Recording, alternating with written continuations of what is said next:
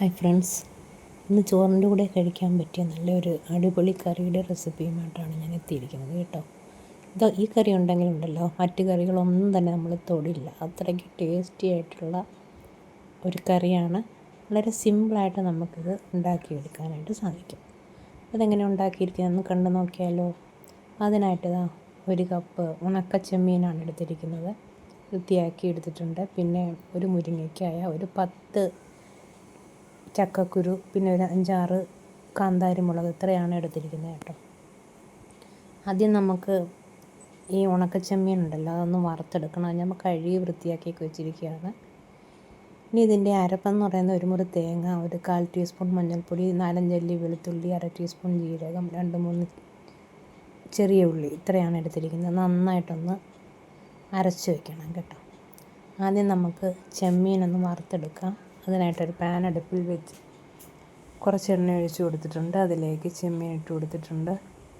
നന്നായിട്ടൊന്ന് ക്രിസ്പി ആവുന്നത് വരെ നമുക്കിതൊന്ന് വറുത്തെടുക്കണം. ഇത് നന്നായിട്ടൊന്ന് ഇളക്കി കൊടുത്ത് അതിൻ്റെ കളറൊക്കെ ഒന്ന് മാറി വരണം. നല്ലൊരു മണം വരണം. ആ മണം വരുന്നത് വരെ നമുക്കിതൊന്ന് വഴറ്റി കൊടുക്കാം. ചെമ്മീൻ ഇങ്ങനെ വറുക്കാതെ നമുക്ക് വേണമെങ്കിൽ ഈ കറിയിൽ ചേർക്കാം. പക്ഷേ ഇങ്ങനെ വറുത്തിട്ട് ചേർക്കുന്നതാണ് കൂടുതൽ ടേസ്റ്റും നല്ല മണവും ഒക്കെ കേട്ടോ. അതുകൊണ്ടാണ് ഇത് കുറച്ച് എണ്ണയിലാണിത് ഇപ്പോൾ വറുത്തെടുക്കുന്നത്. അപ്പോൾ കണ്ടില്ലേ, ചെമ്മീൻ്റെ കളറൊക്കെ മാറി നല്ലൊരു മണമൊക്കെ വന്നിട്ടുണ്ട്. ഇത് നമുക്ക് മാറ്റി വയ്ക്കാം. ഇനി ഒരു ചട്ടിയിലേക്ക് നമ്മളെടുത്ത് വെച്ച ചക്കക്കുരു ഇട്ട് കൊടുത്തിട്ടുണ്ട്. മുരിങ്ങയ്ക്കായ, അതുപോലെ തന്നെ കാന്താരി മുളക്, ഇനി ഒരു 1/4 ടീസ്പൂൺ മഞ്ഞൾപ്പൊടി, 2 ടീസ്പൂൺ മുളക് പൊടിയും കൂടെ ചേർത്ത് കൊടുക്കുന്നു. പിന്നീട് ഇതിനാവശ്യത്തിന് ഉപ്പും 1 ടീസ്പൂൺ മല്ലിപ്പൊടിയും കൂടെ ചേർത്തിട്ടുണ്ട്. ആവശ്യത്തിന് ഉപ്പും വെള്ളവും ഒഴിച്ച് നമുക്കൊന്ന് മിക്സ് ചെയ്തതിന് ശേഷം ഒന്ന് മൂടി വെച്ച് വേവിച്ചെടുക്കുക.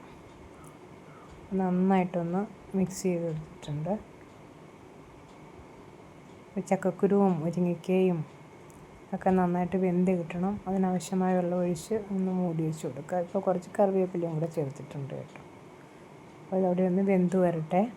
ആ സമയത്ത് നമുക്ക് അരപ്പ് തയ്യാറാക്കി വെക്കാം. മുരിങ്ങയ്ക്കയെല്ലാം വെന്തുന്ന സമയത്ത് ഒരു 2 തക്കാളി, ഇടത്തരം തക്കാളിയാണ്, അതിലേക്ക് ചേർത്ത് കൊടുത്തിട്ടുണ്ട്. ഇനി ആ തക്കാളി കൂടി ഒന്ന് വെന്ത് കിട്ടണം. തക്കാളിക്ക് പകരം നമുക്ക് മാങ്ങ കൂടി ചേർക്കാം കേട്ടോ. മാങ്ങ വേണമെങ്കിലും ചേർക്കാം. പക്ഷേ ഞാനിവിടെ തക്കാളിയാണ് ചേർത്തിരിക്കുന്നത്. തക്കാളിയെല്ലാം ഇട്ട് 2-3 മിനിറ്റ് കൂടെ കഴിഞ്ഞിട്ടുണ്ട്. തക്കാളിയൊക്കെ ഒന്ന് വെന്ത് വന്നിട്ടുണ്ട്. ഈ സമയത്ത് നമുക്ക് അരച്ചു വച്ചിരിക്കുന്ന അരപ്പ് ഇതിലേക്ക് ചേർത്ത് കൊടുക്കാം. നമ്മൾ സാധാരണ ഒഴിച്ചുകറിക്കൊക്കെ അരയ്ക്കുന്നത് പോലെ അരച്ചു വച്ചിട്ടുണ്ടായിരുന്നു, അതിലേക്ക് ചേർത്ത് കൊടുത്തു. പിന്നെ ഒരു നെല്ലിക്ക വലിപ്പത്തിൽ പുളി പിഴിഞ്ഞത് അതും കൂടി ഇതിൻ്റെ കൂടെ ചേർത്ത് കൊടുത്തിട്ടുണ്ട്. അപ്പോൾ അതെല്ലാം കൂടെ നന്നായിട്ടൊന്ന് മിക്സ് ചെയ്യാം. വെള്ളമൊക്കെ ഓരോരുത്തരുടെ ഇഷ്ടം അനുസരിച്ച് ചേർത്ത് കൊടുക്കാം കേട്ടോ. അപ്പോൾ ഞാൻ നോക്കിയപ്പോൾ കുറച്ചും കൂടെ വേണമെന്ന് തോന്നി. അങ്ങനെ കുറച്ച് അരപ്പ് വെള്ളം കൂടെ ഇതിലേക്ക് ചേർത്ത് കൊടുത്തിട്ടുണ്ട്. ഇനി ഇതെല്ലാം കൂടെ നന്നായിട്ടൊന്ന് മിക്സ് ചെയ്യാം. ഈ കൺസിസ്റ്റൻസി മതി കേട്ടോ. അപ്പോൾ ഞാൻ ഉപ്പ് നോക്കിയപ്പോൾ അല്പം കുറവായിട്ട് തോന്നി. അപ്പോൾ ഒരു ലേശം ഉപ്പും കൂടെ ഇതിലേക്ക് ചേർത്ത് കൊടുക്കുക. ഉപ്പും കൂടെ ചേർത്ത് ഒന്നും കൂടെ ഒന്ന് മിക്സ് ചെയ്തിട്ട് അത് മൂടി വെച്ച് കൊടുക്കാം. നന്നായിട്ടൊന്ന് തിളച്ച് വരട്ടെ. കറി നന്നായിട്ട് തിളച്ച് ആ പച്ചമണമൊക്കെ ഒന്ന് മാറി വരണം. മൂടി വെച്ച് കൊടുക്കാം. ഇപ്പോൾ മൂടി വെച്ച് കൊടുത്ത് കറി നന്നായിട്ട് തിളച്ച് വന്നിട്ടുണ്ട്. കുറച്ചൊന്ന് വറ്റി വന്നിട്ടുണ്ട് കണ്ടോ. അപ്പോൾ ഈ സമയത്ത് നമുക്ക് വറുത്ത് വെച്ചിരിക്കുന്ന ചെമ്മീൻ ഇതിലേക്ക് ചേർത്ത് കൊടുക്കുക. അതിനുശേഷം ഒന്നും കൂടെ ഒന്ന് മിക്സ് ചെയ്ത് മൂടി വെച്ച് കൊടുക്കാം. ആ ചെമ്മീൻ്റെ മണമൊക്കെ ആ അരപ്പിലൊക്കെ ഒന്ന് പിടിക്കണം. അപ്പോൾ അതുകൊണ്ട് ഒന്നും കൂടെ ഒന്ന് മൂടി വെച്ച് കൊടുക്കുക.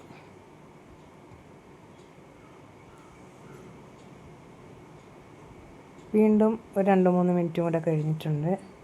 നമ്മുടെ കറിയൊക്കെ വെന്ത് കുറുകി വന്നിട്ടുണ്ട്.